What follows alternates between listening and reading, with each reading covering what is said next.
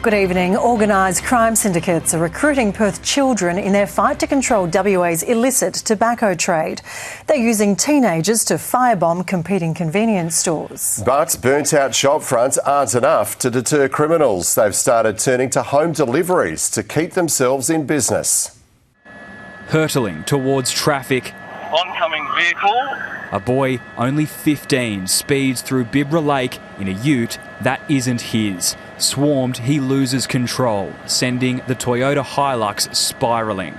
Police pounce the teen, brought to the ground. They say he's a young recruit of WA's brutal tobacco trade. The syndicates will use anybody they can find that's dumb enough to be involved in this. So if they can find kids to do it for them, they absolutely will. But they'll also find someone else from another demographic if they need to. Investigators claim the boy was part of a group planning an attack on a convenience store in Rockingham. One of 19 charged since November, following a string of firebombings throughout the suburbs and warnings to more. Detectives today announcing the biggest illicit tobacco seizure in WA history. Found inside a Bayswater warehouse, 3.9 million cigarettes, 3,900 vapes, 288 kilograms of loose tobacco, the retail equivalent of $4.5 million. It took 3 trucks to come and get it all and then cut it away. Police today confirming a link between alleged tobacco kingpin Kazem Hamad and the Comancheros outlaw motorcycle gang, fueling WA's illicit trade. The government knows it has to move now, proposing tighter laws. Make no mistake about it, organised crime is at the heart of our illicit tobacco trade. I'm going to crush this illegal trade. In response to the crackdown, illicit traders are already finding other ways to move their product. Some are delivering cigarettes directly to the front doors of customers, a tactic police say they are closely watching. Speaking to 7 News, multiple smokers say they know where their money's going, but it would take a big reduction in the price of legitimate cigarettes to make them change their minds. I'll smoke a pack a day easily, or a pack over a day and a half or so, and about $20 savings in each time. Regardless of profit margins and income generating, the WA government has a role to play in stopping this illicit tobacco trade. Hopes now that new laws could finally mean a turning point before this trade spirals further out of control. Nick Overall, 7 News. The firebombings and drive-by shooting of illegal tobacco stores across our suburbs has heaped pressure on the state government to crack down on the illegal trade. Jeff Parry explains how they plan to do it. Changes to the tobacco laws will come in 2 stages. Hailed as the toughest penalties in the country, fines will be set at $4.2 million for individuals found in possession of commercial quantities of illegal tobacco or vapes. Fines for companies will top out at $21 million. Convictions can carry a maximum penalty of 15 years in prison. Store closures are a key component of the new laws. 72 hours on reasonable suspicion, 90 days while under investigation, and the likelihood that could be extended to 12 months. Laws expected to be delivered later in the year will include giving landlords the right to evict tenants involved in selling illegal tobacco and vape products. WA trails behind the rest of the country when it comes to cracking down on illegal tobacco stores. South Australia has shut down more than 100 outlets. In New South Wales, it's more than 60. Victoria's new laws came into force earlier this month. It needs to be remembered that the state governments are dealing with the tail end of a flood of illegal products being smuggled into the country. That sits squarely with the federal government. The consumer watchdog is taking on Coles in the federal court in what is being labelled the case of the century. The supermarket giant is accused of misleading shoppers with fake discounts, claims it denies. The beginning of a bombshell case. This is the case of the century. As the ACCC drags Coles into the federal court, accusing the supermarket giant of ripping off its customers with fake discounts. It affects everyday shoppers battling the cost of living crisis. 240 common household items, including Arnott's shapes and Band-Aids, will be used as evidence. The ACCC claims there's a pattern of Coles selling popular products at a regular price before increasing the cost temporarily and then slashing it as part of its discount campaign. The court heard Coles priced Nature's Gift dog food at $4 for 9 months before jacking up the cost to $6 for a week and then dropping it to $4.50 on sale. Counsel for the ACCC told the court the statement was literally true. The dog food was $6, but it was also utterly misleading. You're not lowering the cost of living. You're not driving prices down. 86% of people are concerned about the cost of groceries. Specials and promotions have a real pull and influence on how we make decisions at the supermarket. Coles is denying the allegations. Court documents reveal the retailer will argue price hikes are the result of rising costs related to suppliers, packaging, freight and global markets. The potential fines will be in the hundreds of millions if the case is proved. It could also open the door for customers to claim cash back. The watchdog is mounting a similar case against Woolworths. Christy Mayer, 7 News. Tourists and locals in Bali have been left shaken after a giant tree collapsed. James Carmody joins us in the newsroom. James, it caused quite a fright. It sure did, Tim. The 25-metre tall tree came crashing down onto a street in the busy tourist district of Ubud. The trunk alone on this old forest tree was about 3 metres wide. It came down onto a number of buildings and a couple of parked cars about 4:30 yesterday afternoon. Police say 2 restaurants and a convenience store were damaged. A police car and another SUV copped broken windscreens. Remarkably, there were no reported injuries. In 2024, a tree came down in the nearby monkey forest, killing 2 tourists. People in Ubud are advised to be aware around trees, especially during poor weather. Ange.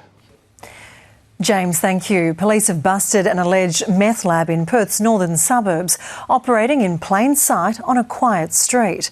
Neighbours say they're horrified to have been living next door to a ticking time bomb. Jerry Damasi has this exclusive report. Police armed not with weapons but with face masks, taking apart a chemical powder keg just metres from where children sleep.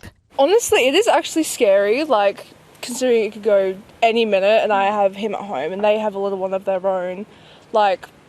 It's just scary how you just don't know what's happening behind closed doors. This is Andrew Maxwell, in handcuffs in the driveway of his Merriwa home.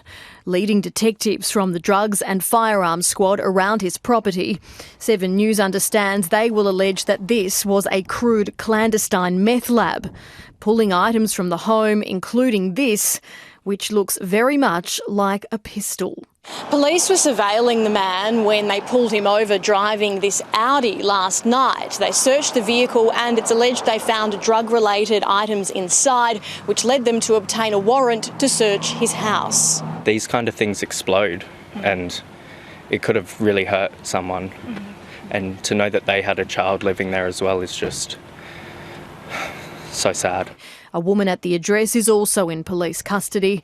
Police say they are yet to lay any fresh charges.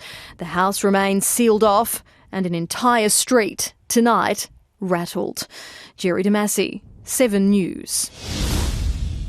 A bombshell arrest has been made in the search for missing 4-year-old South Australian boy Gus Lamont. The little boy's grandparent has been charged with firearm offences. However, the charges aren't linked to Gus's likely death. The 75-year-old was arrested as police investigating his disappearance returned to the remote homestead where he was last seen. This search is very different to the 8 others conducted before. It's the first one since the case was declared a major crime 12 days ago. And police are now focused on finding evidence to support their criminal investigation. They already have a suspect, someone who's close to Gus, but it's not his parents. 7 News has seen a draft of the Coalition's secret immigration master plan that was supposed to be revealed by Susan Lee. It features a cap on migration and a blacklist of countries consumed by extremism. It's overshadowing Angus Taylor's own policy pitches. Well, thanks, Thatchin. The new leader, under the watch of the old leader, signals he has ideas. Our borders have been open to people who hate our way of life. Angus Taylor speaking as 7 News learns details of a coalition migration policy previous leader Susan Lee had planned to release today. A promise to remove 100,000 visa overstayers and others not granted refugee status. An operation to toughen visa screening. As well, visas refused or withdrawn for breaches of Australian values. We shouldn't discriminate based on race or religion, but we should based on values. The Lee policy also banning immigrants from Islamic extremist-controlled regions of 13 countries. An echo of something from the America First agenda under Trump. And extending a ban on foreign purchases of housing, tighter limits on foreign students and a cut to net overseas migration of about 100,000 a year. Angus Taylor may well break from plans set up under the previous leader. Either way, the new leader is under pressure to make his mark with new policy. The numbers have to be lower, there's no doubt. One migration expert tells us promises to reduce net overseas migration are a dog whistle to supporters because governments can't control numbers departing Australia. That is a dog whistle, and this is a particular type of dog whistle that is very common in migration policy across liberal democracies. Tim Lester, 7 News. Accused Bondi terrorist Naveed Akram has fronted court for the first time. Wearing prison greens, the 24-year-old uttered just 2 words in what was largely legal housekeeping. Has he indicated any intention on what to plead? Look, at this stage it's early. Akram is facing 59 charges, including 15 for murder. Divers have had a close call with a great white in WA's southwest. The surf life-saving helicopters spotted the 4.5-metre shark circling the duo off Cape Naturalist yesterday. The divers had no idea until they heard the siren from above.